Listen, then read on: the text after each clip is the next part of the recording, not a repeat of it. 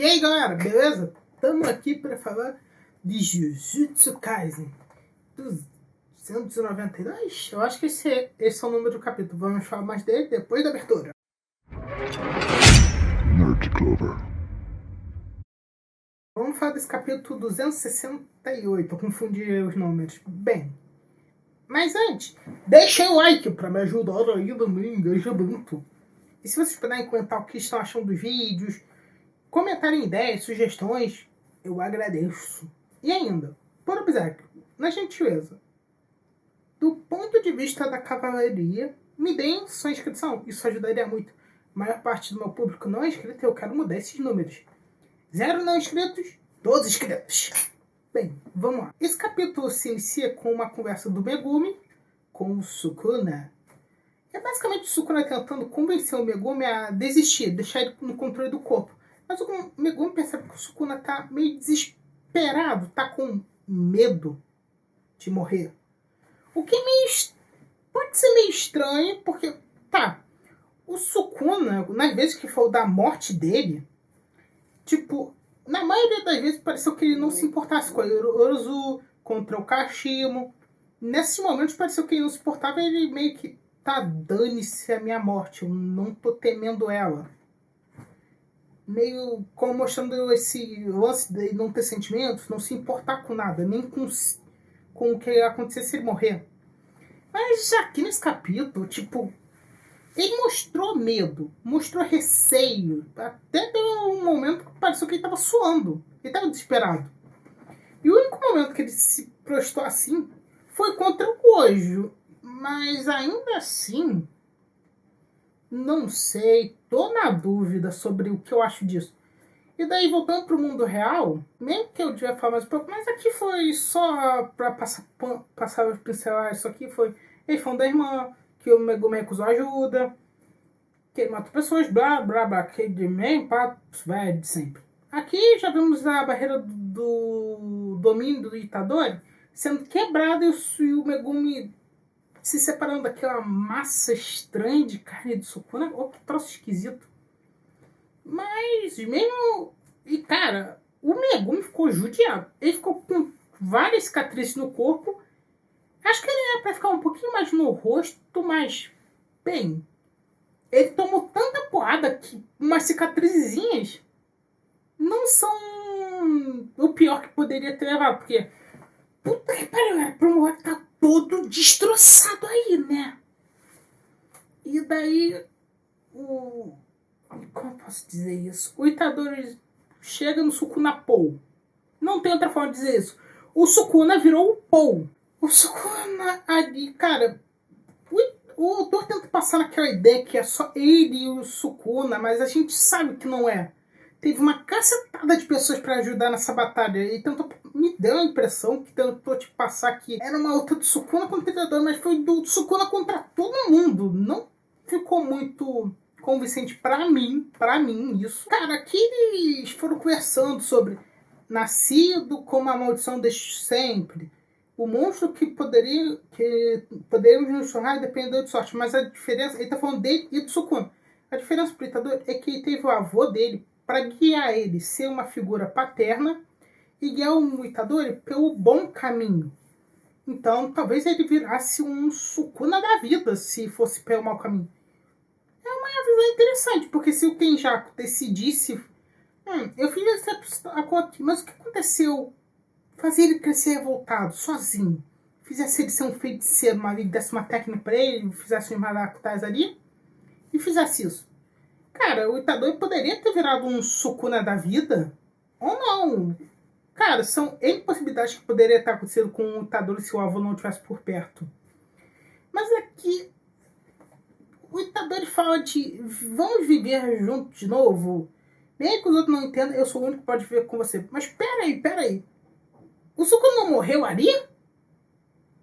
Porque no começo do capítulo, o Megumi disse pro Sukuna que por causa do Itadori puxar ele à força, isso faria ele morrer. E aquele dedo do Sukuna não ia suportar o poder dos 20 dedos. Só que eu não sei se isso faz sentido, porque meio que não suporta o poder dos outros dedos.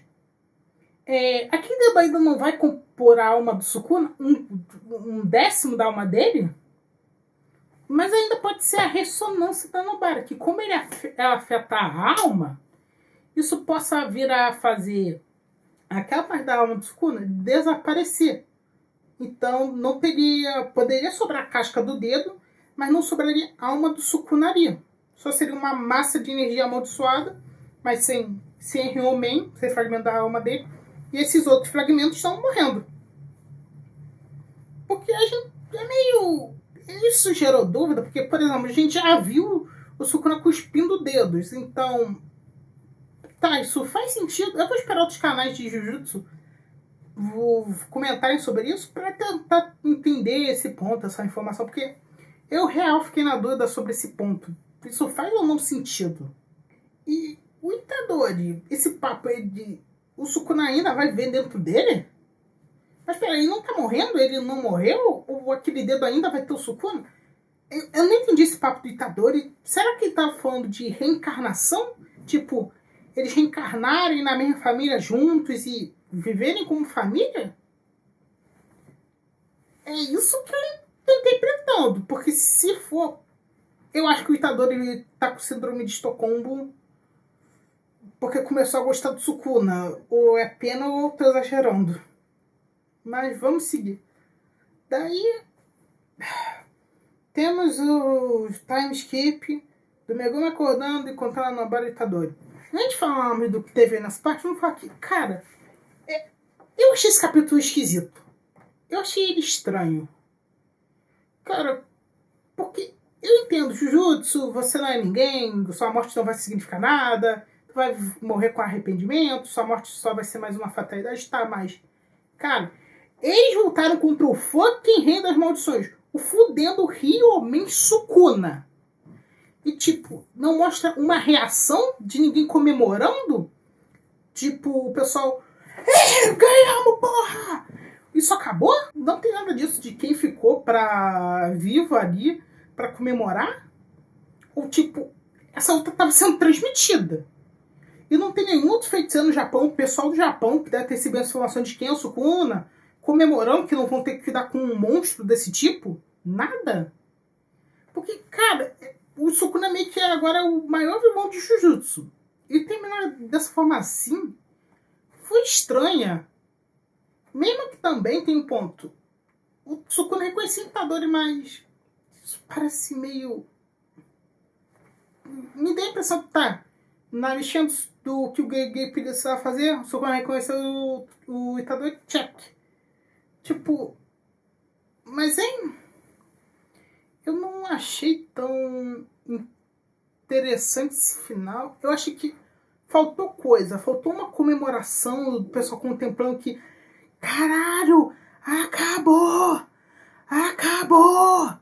Porra, é isso aí, finalmente! Porque o Sukuna é uma praga, uma maldição que tá se rodeando há milênios.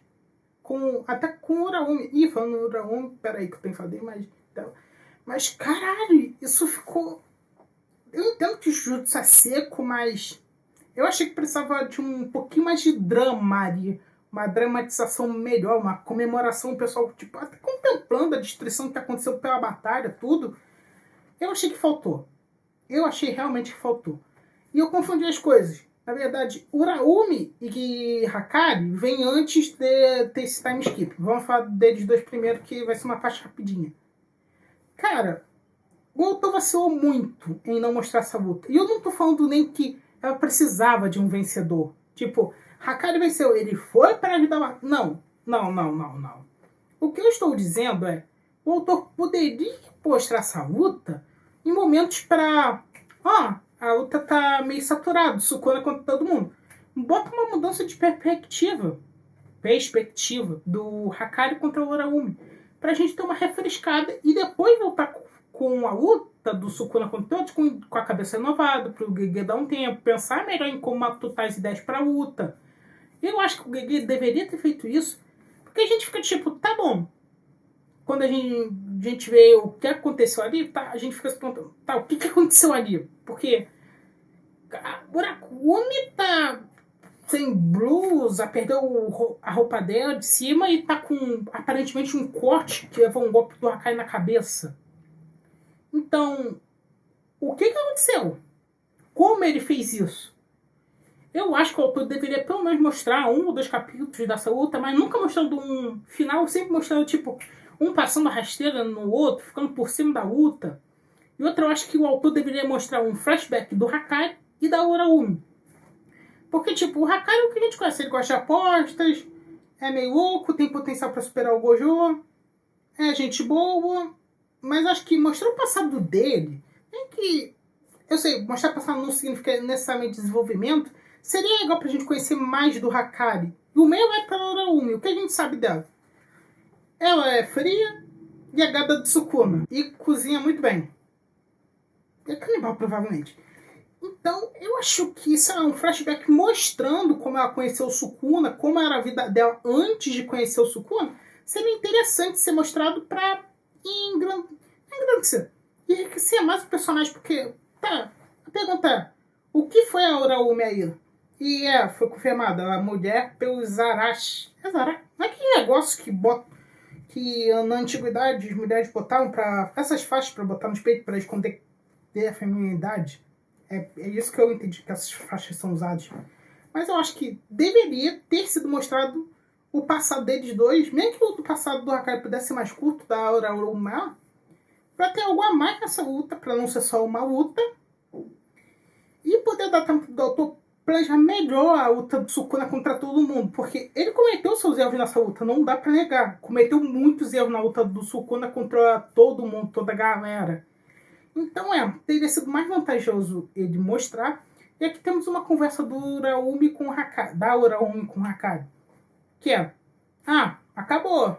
E o Hakari perguntou o que ela vai fazer. Ela disse, acabou, não vou fazer nada. Ela não tem mais motivo pra viver.